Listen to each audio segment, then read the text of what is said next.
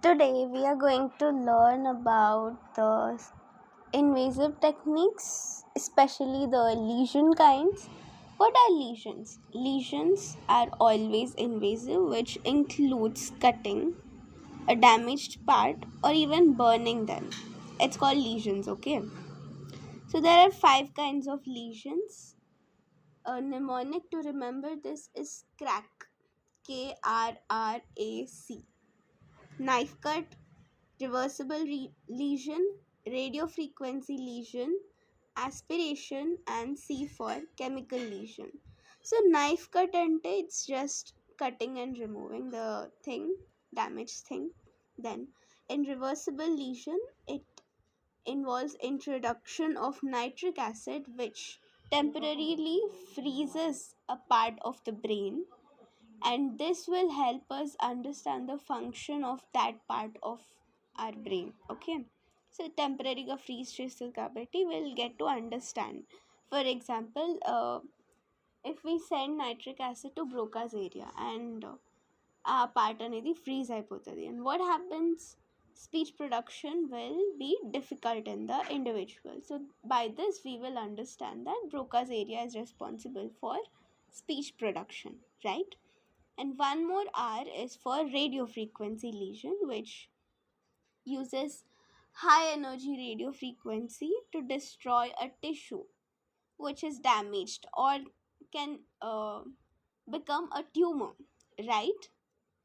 So a tumor ni prevent cheyadaniki this radio frequency lesions are used, and this can go deeper, like it can go to subcortical level of the brain, and this causes irreversible effect to the brain.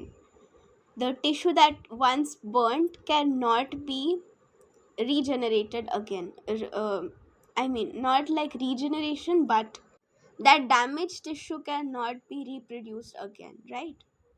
Then A for aspiration, which is removal of tissue fluid, that is sucking until the pus is removed. Whenever there is a pus, this aspiration lesion is used to remove that pus. This is also an irreversible lesion. ఆ పస్ తీసేసింది మళ్ళీ మనం బ్రెయిన్లోకి reintroduce చేయలేము, right? And the last one C stands for chemical lesion. In this kind of lesion we use Gynic acid, glutamic acid, and 6-hydroxydopamine. You just have to remember glutamic and gynic and hydroxydopamine to destroy a damaged tissue, right? So that was crack lesions. Then we have scans like PET and fMRI. So what is the full form of PET? Not so important, but still we just remember it. Positron emission technique. It's a non-invasive technique. It gives us 2D functional image of brain, and it involves injection of fluorodexoglucose. This does not give us the image of the structure of the brain, but it gives us the functional activity of the brain. Wherever there is a brain activity, that fluorodexoglucose అనేది మనకి కనిపిస్తుంది అనమాట in the scan, right? So that was PET 2D functional image hydroxyglucose, fluorodexohydro so sorry, fluorodexoglucose, right? Fluorodexoglucose. Yeah, don't confuse it with hydroxydopamine of chemical lesion. Then we have fMRI, that is functional magnetic resonance imaging. So mana body lo 70% water untadi. Water is made of hydrogen and oxygen atoms, right? So MRI ఏం చేస్తుందంటే hydrogen ని radiate చేస్తుంది అనమాట.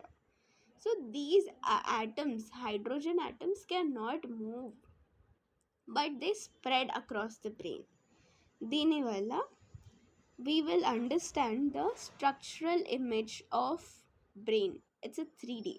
But in functional MRI, both hydrogen and oxygen atoms are radiated, and this way we will understand the function of brain as well. MRI లో just hydrogen atom spread అవుతాయి, structure తెలుస్తుంది. ఎఫ్ఎంఆర్ఐలో oxygen కూడా spread అవుతుంది కాబట్టి we will also know the function of brain. What are the differences between PET and fMRI? PET is invasive, we'll get 2D functional image, and in fMRI it's a non-invasive, we get 3D functional image of brain activity, right?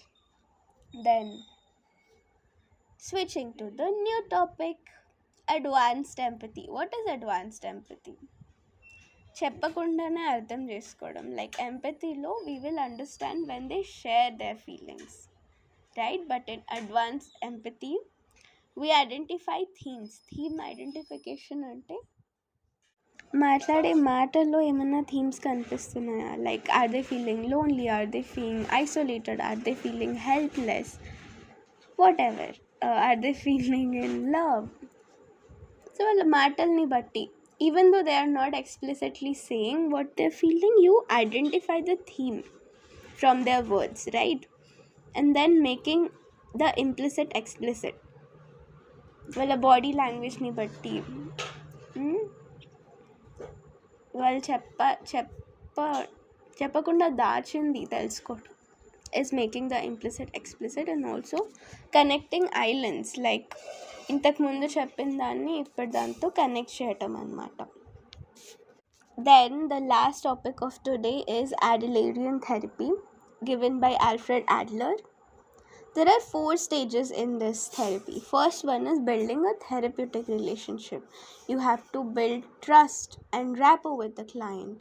And then you gather the information about their lifestyle, about their family, about the memories, or about the earliest memories they have. Then gaining insight. Gaining insight would be understanding the root cause for the behavior or a belief that is causing problems, right? Then the last stage would be developing a new skill. This will involve reorientation or re-education, right? So what are the 4 stages in Adlerian therapy? Building therapeutic relationship, gathering info, gaining insight, and then developing new skill.